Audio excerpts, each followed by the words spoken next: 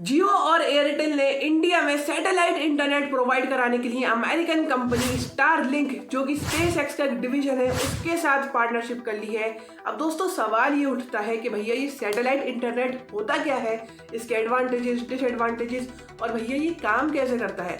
आपको ये सारी चीज़ें छोटी सी वीडियो में पता चलेंगी। आपको बस लाइक करना है, अपने दोस्तों के साथ शेयर करना है और ऐसी ही काम की वीडियोस के लिए चैनल को सब्सक्राइब करना है। बिना देरी करे वीडियो में आगे बढ़ते हैं। तो दोस्तों सबसे पहले ये डिस्कस कर लेते हैं कि ये सैटेलाइट इंटरनेट होता क्या है। दोस्तों बहुत ही आसान और सिंपल भाषा में सैटेलाइट इंटरनेट का मतलब सैटेलाइट्स का यूज करके आपके घर में डायरेक्टली या वायरलेसली इंटरनेट का एक्सेस प्रोवाइड कराना, एक डिश का इस्तेमाल करके instead of whole optical fibre network. तो अब अगला सवाल ये उठता है कि भैया ये सैटेलाइट इंटरनेट काम कैसे करता है।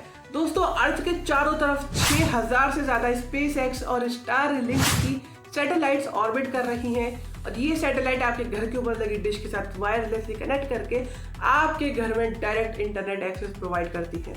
अब दोस्तों ये काम कैसे करता है, जब कभी भी आप अपने कंप्यूटर या स्मार्टफोन के थ्रू डेटा या कोई वेबसाइट एक्सेस करोगे तो वो एक सिग्नल भेजेगा आपकी डिश के थ्रू एक सैटेलाइट को, और वो सैटेलाइट अर्थ पे प्रेजेंट ग्राउंड स्टेशन के साथ कनेक्ट करके एक सिग्नल भेजेगी और ग्राउंड स्टेशन उसके साथ जितने भी डेटाबेसेस या डेटा सेंटर्स कनेक्टेड होंगे उनसे डेटा एक्सट्रैक्ट करके सैटेलाइट के थ्रू वापस आपके कंप्यूटर या स्मार्टफोन में प्रोवाइड कराएगा। अब दोस्तों ये काफ़ी सिमिलर प्रोसीजर है डेटा एक्सेस करने का जो यूज़ होता है ऑप्टिकल फाइबर नेटवर्क में या आपके सेलुलर 4G 5G नेटवर्किंग में या फिर आपके एयर फाइबर्स में।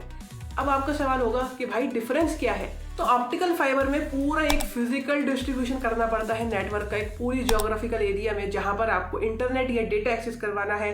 बट एयर फाइबर या फिर सेलुलर 4G 5G नेटवर्क्स की अगर हम बात करें तो यहाँ पे टावर्स के थ्रू कम्युनिकेशन होता है और आपके डिवाइस में डायरेक्टली इंटरनेट या डेटा एक्सेस होता है।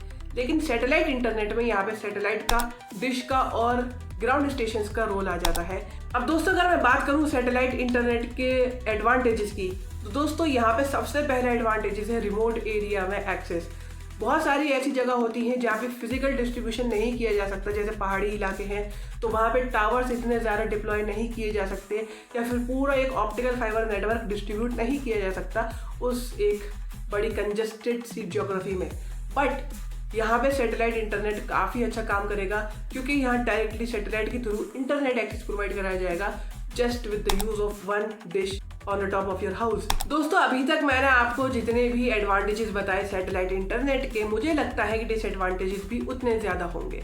अभी तक कंफर्म्ड नहीं है बट एक्सपेक्टेड है कि इसकी जो प्राइसिंग है वो एक्सपेक्टेड ज़्यादा हो सकती है as compare to all optical fibres, air fibres and cellular 4G 5G network plans के कंपैरिजन में।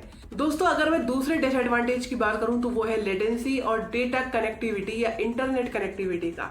दोस्तों क्योंकि यहाँ पे आप वायरलेस कम्युनिकेशन इस्टेब्लिश करने के लिए डिश का यूज़ कर रहे हो तो सबसे पहला आपकी सैटेलाइट बहुत दूर है तो लेटेंसी का यहाँ कभी कभार थोड़ा इशू हो सकता है।